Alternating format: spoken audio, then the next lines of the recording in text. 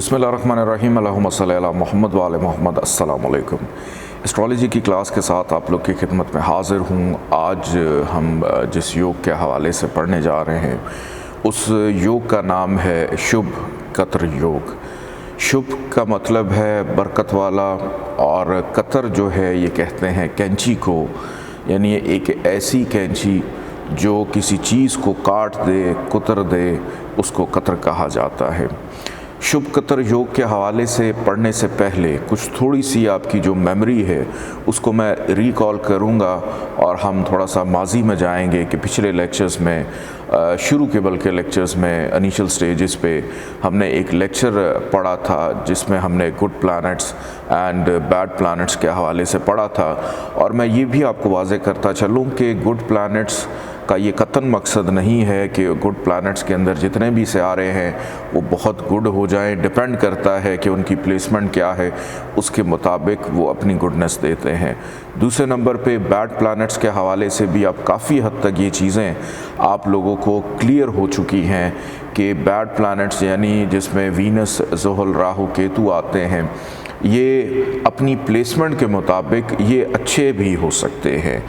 लेकिन शुभ कतर योग के अंदर कुछ चीज़ें ऐसी हैं कि जो एक फ़ॉर्मूला डिज़ाइन हो चुका है, एक फ़ॉर्मूला डिज़ाइन हो चुका है कि जिस तरह से हमने अभी पीछे गजकेसरी योग पढ़ा, बुध आदित्य राज योग पढ़ा, पंच महापुरुष योग पढ़ा, और बहुत सारे हमने ऐसे योग पढ़े, विश्व योग हमने अभी पीछे पढ़ा कि जब सियारों का किरान होता है, एक दूसरे के साथ आकर बैठते हैं तो वो कोई ना कोई योग बनाते हैं, ऐसी प्लेसमेंट बना लेते हैं कि जिसके अंदर प्लैनेट्स बाउंड हो जाते हैं अपने अच्छे और बुरे असरात देने के लिए। लेकिन उसके बावजूद हमें उनकी डिग्री को देखना बड़ा इम्पॉर्टेंट होता है, फिर उनके 6, 8, 12 के घरों में देखना ज़रूरी होता है, फिर गरूबियत का शिकार ना हो, कम्बस्ट ना हो, नीच ना हो, यानी डिबिलिटेटेड ना हो। तो हर योग अपनी अपनी थ्योरी रखता है, अपने असूल रखता है, अपने कुली और कायदे रखता है। इसी तरह शुभ कतर योग ये भी कुछ अपने असूल, कुली और कायदे रखता है। इसके अंदर हम लोग ये देखते हैं कि वो ऐसे सियारे, दो अच्छे सियारे, अगर उनके दरमियान कोई एक ख़राब सियारा आ जाए, जिसको पापी सियारा भी कहा जाता है या बुरा सियारा भी कहा जाता है, शुभ कतर योग के बाद हम लोग आगे पढ़ेंगे पाप कतर योग, उसके अंदर मज़ीद जो ये थ्योरी है आप लोगों की क्लियर होगी। शुभ कतर योग के अंदर जो प्लैनेट्स आते हैं, जो अच्छे प्लैनेट्स आते हैं, आप लोग इस वक्त स्क्रीन पे भी देख रहे हैं कि अगर आप देखें स्क्रीन पे तो गुड प्लैनेट्स की फहरिस्त में पहले मैं आपको बता देता हूं कि शुभ कतर योग में कौन कौन से सियारे आते हैं। आप स्क्रीन में राइट साइड पे नीचे देख सकते हैं कि मून लिखा हुआ है, मून के बाद जुपिटर है, जुपिटर के बाद मरकरी है, और उसके बाद वीनस। वीनस को जो है वो हम बैड प्लैनेट्स की कैटेगरी से निकाल कर वीनस को हम शिफ्ट कर देते हैं शुभ कतर योग में अच्छे सियारों के अंदर। क्यों? उसकी वजह ये है कि वीनस के हवाले से मैंने आपको ये बताया था कि ये अक्लमंद सियारा है, ये दाना है। बिल्कुल ये कहा था कि दुनिया में जितनी गड़बड़ है वो उसका जो वजह वो यही बनता है सियारा। क्यों? क्योंकि इसका ताल्लुक़ ख्वाहिशात से है कि हर वो चीज़ जो प्यार मोहब्बत में ये अपनी ज़िंदगी में हासिल करना चाहता है, इसका ताल्लुक़ ज़िद और अना से भी है। तो कभी भी कोई सियारा अपने आप में ख़राब नहीं होता अनलेस और अनटिल उसके साथ कोई ऐसी चीज़ मंसूब हो जाए कि वो ख़राबी दे अपनी प्लेसमेंट के मुताबिक। लेकिन शुभ कतर योग के अंदर कुछ प्लैनेट्स को डिफ़ाइन कर दिया गया है कि इन्होंने शुभ रहना है, यानी इन्होंने मुबारक रहना है, यानी इन्होंने अच्छा रहना है, जिसके अंदर मून है, जुपिटर है, उसके बाद मरकरी है और वीनस शामिल है। अब दो मज़ीद ऐसे सियारे हैं जिनको भी शुभ में शामिल किया जाता है, वो है शम्स और मार्स। मेजॉरिटी शम्स और मार्स को यानी सन एंड मार्स को इसमें शामिल नहीं करते। उनका ख्याल ये है कि चूँकि ये इनका ताल्लुक़ फायर एलिमेंट से है, ये आतिशी हैं, आतिशी होना ये एक नेचुरल बात है, बट इट डज़ंट मीन कि आप इनकी अच्छाई, अगर शम्स नहीं होगा तो हरकत कैसे होगी। अगर मार्स नहीं होगा तो इंसान की जो गर्दिश है खून की वो कैसे हो। तो इन दोनों का ताल्लुक़ इंसान की हरकत से होता है, इन दोनों का ताल्लुक़ इस निज़ाम शमसी के अंदर चलने वाले जितने भी सियारे हैं, शम्स उसको एनर्जी प्रोवाइड करता है। तो किसी भी सूरत शम्स जो और मार्स जो है, इनको हम पापी नहीं कह सकते, इनको हम दोषी नहीं कह सकते, इनको हम बुरा नहीं कह सकते। अपने अंदर ये फायर एलिमेंट वाले अनासर रखते ज़रूर हैं, लेकिन ये किसी भी सूरत जो हैं वो ख़राब नहीं होते, ये बुरे नहीं होते। अनलेस और अनटिल इनकी प्लेसमेंट को बहुत ज़्यादा वर्स्ट हो जाए, नीच के हो जाए, या किसी बुरे घर में जाके बैठे हों, तो फिर हम कह सकते हैं कि ये अब आपको जो एनर्जी दे रहे हैं वो एनर्जी आपकी नेगेटिव हो सकती है। तो मैं एक दफ़ा फिर से रिपीट करता हूँ कि moon, Jupiter, Mercury, Venus, sun and Mars, ये कैटेगरी आती है शुभ कतर योग के अंदर कि इन प्लैनेट्स को शुभ कहा जाता है, अच्छे सियारे जो है। इस सिर्फ स्पेसिफिकली इसी योग की मैं बात करूँगा, बाकी मैं चीज़ों की बात नहीं कर रहा, सिर्फ इसी योग की बात कर रहा हूँ। दूसरे नंबर पे आगे बढ़ता हूँ, इसी के नीचे सबसे नीचे आप देख सकते हैं 3 सिंबल्स बने हुए हैं, जिसमें सैटर्न है, राहु है और केतु है। ये 3 ऐसे, एक ज़ोहल सयारा और 2 जो शैडोज़ हैं राहु और केतु, इन तीनों का ताल्लुक़ जो है, इनको पापी ग्रह कहा जाता है, यानी पापी सियारों में इनका शुमार किया जाता है। क्यों? ज़ोहल के साथ मंसूब है गड़बड़, और राहु केतु वैसी शैडोज़ हैं, इनका आप कुछ कर नहीं सकते। तो शुभ कतर योग के अंदर हम लोग ये देखते हैं, आपके सामने एक डायग्राम मौजूद है।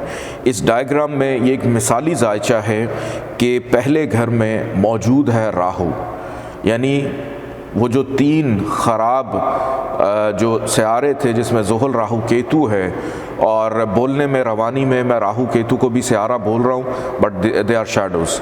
तो पहले घर में राहु मौजूद है, आप स्क्रीन पे देख सकते हैं। दूसरे घर में मून है और 12वें घर में शम्स, सन मौजूद है।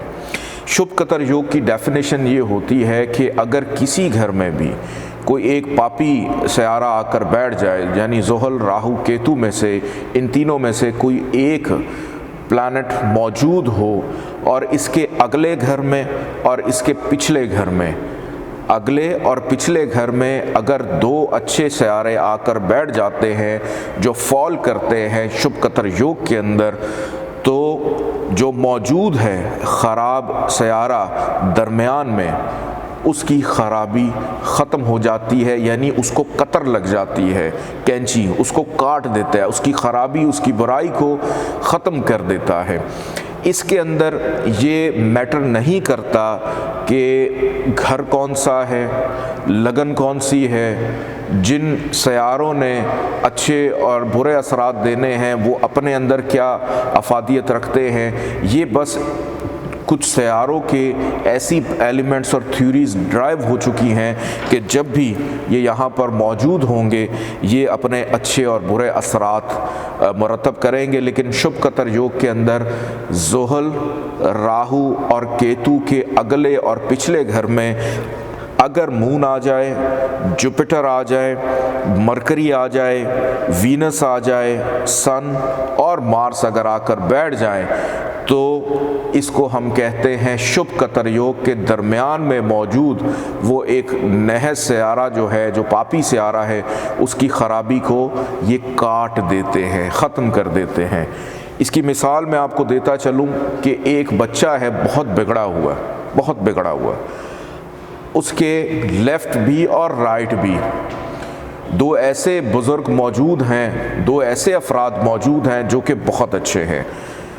अब उसको पता है कि अगर मैं गड़बड़ करूँगा तो मुझे यहाँ से भी पड़ेगी और मुझे वहाँ से भी पड़ेगी, और वो बाउंड हो जाता है अपनी बुराई को रोकने के लिए। फितरतन बुरा है, लेकिन जब देखेगा कि मेरे लेफ़्ट और राइट में 2 ऐसे शख्स मौजूद हैं कि जिनकी मौजूदगी में मैं ख़राबी नहीं पैदा करूं, तो फिर वो अपनी ख़राबी को पैदा नहीं करेगा। वो उस माहौल में रहते इन द एंड बेहतरी करने की कोशिश करेगा। इसी तरह पहले घर में मौजूद राहु अगर इसके आगे जुपिटर होता या इसके पीछे मार्स होता तो तब भी ये शुभ कतर योग होता। इसके आगे अगर मरकरी होता और इसके पीछे वीनस होता तो तब भी ये शुभ कतर योग होता कि राहु की जगह चाहे केतु हो चाहे ज़ुहल हो, कोई भी हो, उसकी ख़राबी को ये अच्छे से आरे उसके अगले पिछले घर में बैठ के उसकी ख़राबी को ख़त्म करेंगे। लेकिन यहाँ पर एक चीज़ और देखना भी, दो तीन चीज़ें ज़रूरी है। अब ये पहले घर में भी हो सकता है, राहु दूसरे में भी हो सकता है। अगर राहु दूसरे में होगा और तीसरे और पहले घर में अच्छे से आरे आकर बैठ जाएं तो तब भी शुभ कतर योग होगा। राहु अगर चौथे घर में बैठा है या केतु चौथे में है, ज़ुहल चौथे में है और पांचवें और तीसरे घर में अच्छे से आरे आकर बैठ जाएं तब भी ये शुभ कतर योग होगा। राहु, केतु, ज़ुहल ये तीनों 12 के 12 घरों में कहीं पर भी मौजूद हो, इस चीज़ को गौर से समझिएगा, कहीं पर भी मौजूद हो तो उसके आगे और पीछे अगर दो अच्छे सियारे जिनकी वजह से शुभ कतर योग बनता है वो आकर प्लेस्ड हो जाए तो उन सियारों की ख़राबी ख़त्म हो जाती है। अब यहाँ पर एक चीज़ मैं और आप लोगों को बताता चलूँ, इसी जायचे को हम आपके सामने रखते हैं कि पहले घर में मौजूद है राहु और पहला घर एरीज असेंडेंट मिसाल के तौर पे, जिसका हाकिम सियारा है मरीख और मरीख ने शम्स को दिया 5वां घर कि शम्स इस जायचे का सबसे अच्छा सियारा है, लेकिन आकर बैठा हुआ है 12वें घर में, 12th हाउस में। अब शम्स की जब दशा अंतर दशा चलेगी तो शम्स जो है वो अपनी प्लेसमेंट के मुताबिक, चूँकि नहस घर में बैठ गया तो बुरे असरात देगा, लेकिन ये योग लगा हुआ है, योग लगा हुआ है। राहु बाउंड होगा बुरे असरात नहीं देने के लिए, राहु ने अच्छे असरात देने हैं, या केतु होगा तो अच्छे असरात देगा, ज़ुहल होगा, यहाँ पर ज़ुहल पहले घर में नीच का होता है, ज़ुहल होगा वो भी बाउंड होगा अपनी ख़राबी को ख़त्म करने के लिए।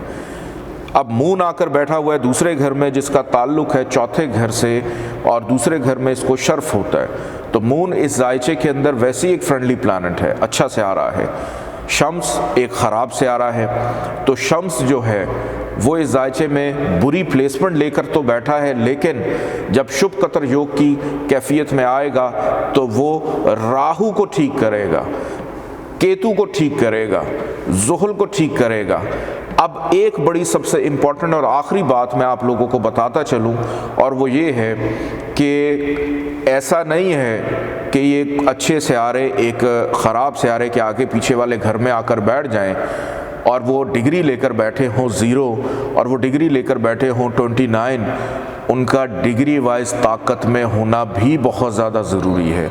अगर वो ख़ुद कमज़ोर होंगे, अगर ख़ुद वो ख़राब है तो भला वो कैसे दरमियान में बैठे हुए उस सियारे को ठीक करेंगे। मिसाल के तौर पे राहु अगर यहाँ पे 15 दर्जे पे है, कमर 1 दर्जे पे है, शम्स 0 डिग्री पे है, तो कभी भी ये योग एक्टिव नहीं होगा।